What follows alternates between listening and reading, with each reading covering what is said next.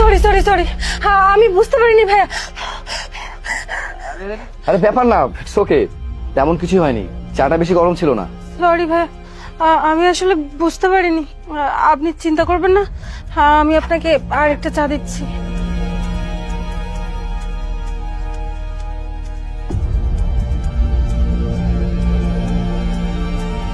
আচ্ছা, আপনার চায়ের দাম জানি কত?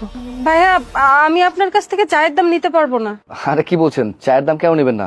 মাত্র আমি আপনার হাতের উপর চা ঢেলে দিয়েছি, এখন আপনার কাছ থেকে আমি চায়ের দাম কি করে নিই বলুন তো?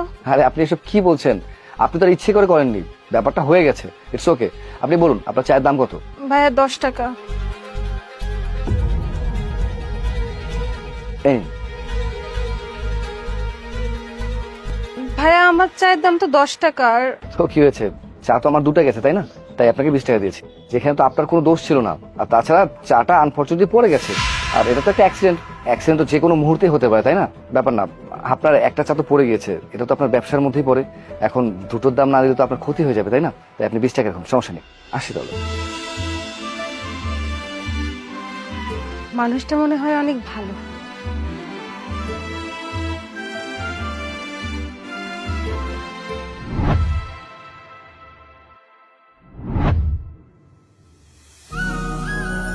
আমাদের সবাইকে চা দিন তো।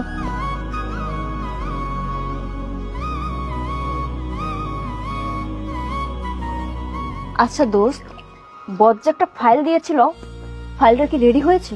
ফাইলটা যদি রেডি না হয় তাহলে কিন্তু স্যার আমাদেরকে ছেড়ে কথা বলবে না, কারণ আমাদের প্রজেক্টটা কিন্তু হাতছাড়া হয়ে যাবে। আর যদি প্রজেক্টটা হাতছাড়া হয়ে যায় তাহলে কিন্তু স্যার খবর করে ফেলবে। ম্যাডাম, চা। শুধু খবর করবে, সবাইকে একটা চা দোকান ধরিয়ে দেবে, তখন বুঝবি মজা। আরে এসব কি ধরনের কথা বলছেন আপনারা, চা খেতে আসছেন, চা খান না? আচ্ছা বন্ধু, একটা চার দোকানে মাসিক ইনকাম কত? আমি তো জানি না, চা ওয়ালিকে জিজ্ঞেস কর। আচ্ছা, আপনার এই চায়ের দোকানে মাসিক কয় টাকা ইনকাম হয়? একটা চায়ের দোকানে বেশি ইনকাম হয় না, এই ধরুন। আরে এই, আপনারা তো এখানে বসে বসে গল্প করছেন, এইদিকে যে সময় হয়ে গেছে সেটার খেয়াল আছে? বস কিন্তু চলে আসবে, চলুন, নাহলে কিন্তু সবার 12টা বাজাবে। ও হ্যাঁ, ঠিকই বলেছেন, চলো চলো। সবার কিন্তু চাকরি যাবে।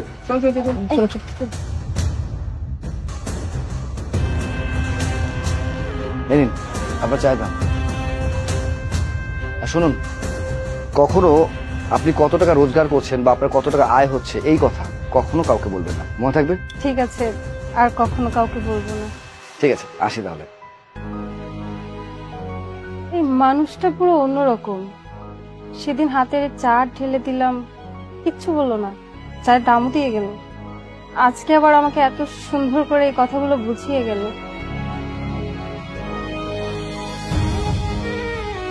মানুষটা আসলে অনেক। আপনি আমাকে আর একটু সময় দিন, আমি আপনাকে কথা দিচ্ছি 4-5 দিনের মধ্যে আমি আপনাকে টাকাটা দিয়ে দিব। কিন্তু আপনি আমার দোকানটা এখন উঠিয়ে দিলে আমি কোথায় যাব, কি করব, একটু বোঝার চেষ্টা করুন। তোমাকে বলছি না আমি আর সময় দিতে পারবো না। না না, আমি সত্যি বলছি, 4-5 দিন আমাকে সময় দিলে আমি আপনাকে টাকাটা দিয়ে দিতে পারবো, আমাকে একটু সময় দিন। একটা কথা বারবার কেন বলা লাগে?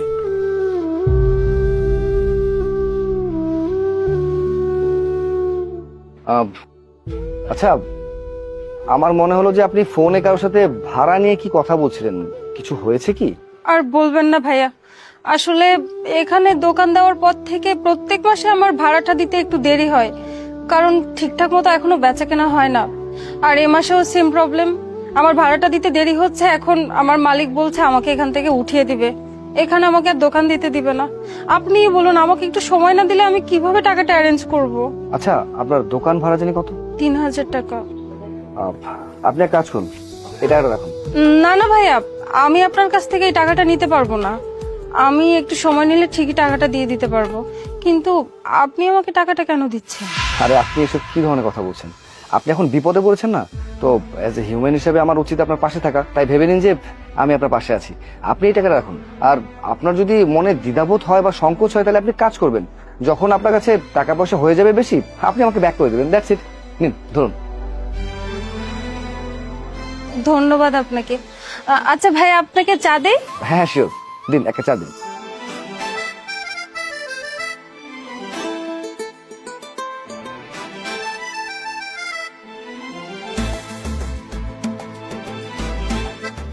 আচ্ছা, চায়ের দামটা? টাকা দিতে হবে না ভাইয়া, আজকে বরং চাটা আপনাকে আমি আমার তরফ থেকে খাওয়াচ্ছি। আচ্ছা ঠিক আছে, আসি তাহলে। আল্লাহ হাফিজ।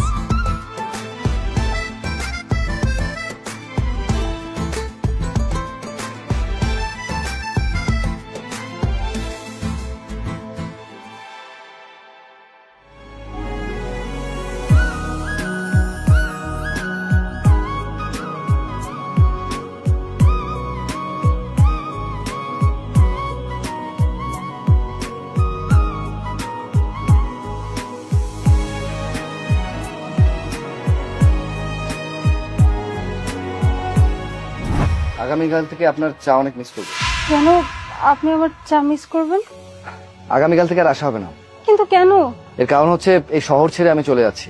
কোম্পানি কিছু কাজে এসেছিলাম, কোম্পানিতে কাজ শেষ। ঠিক আছে, এই শহরের সব কাজ আপনার করা হয়ে গেছে, কিন্তু মাঝে মাঝে তো আপনি চা খাওয়ার জন্য এখানে আসতে পারেন, তাই না? না, আর কখনোই আসবো না আমি, কারণ এই শহরে এসেছিলাম একটা কাজের জন্য। কাজটা আমার হয়ে গেছে, তাই এখন এই শহর ছেড়ে আমাকে যেতে হবে। কারণ এই শহরে তো আর কোনো কাজ নেই আমার, তাই না? যতটুকু সময়ের জন্য এসেছিলাম ততটুকু সময় কাজ আমার হয়ে গেছে, এখন যাওয়ার পালা। যেতে আমাকে হবেই। তারপর যেতে যেতে একটা কথা বলতে চাই, সবসময় নিজের খেয়াল রাখবেন। আসি তাহলে। পৃথিবীতে এমন কিছু কিছু মানুষ আছে যারা মন দিয়ে ভালোবাসতে জানে, কিন্তু প্রকাশ করার ক্ষমতা থাকে না। যাওয়ার আগে আপনি আমাকে এটা বুঝিয়ে দিয়ে গেলেন মানুষকে কিভাবে ভালোবাসতে হয়।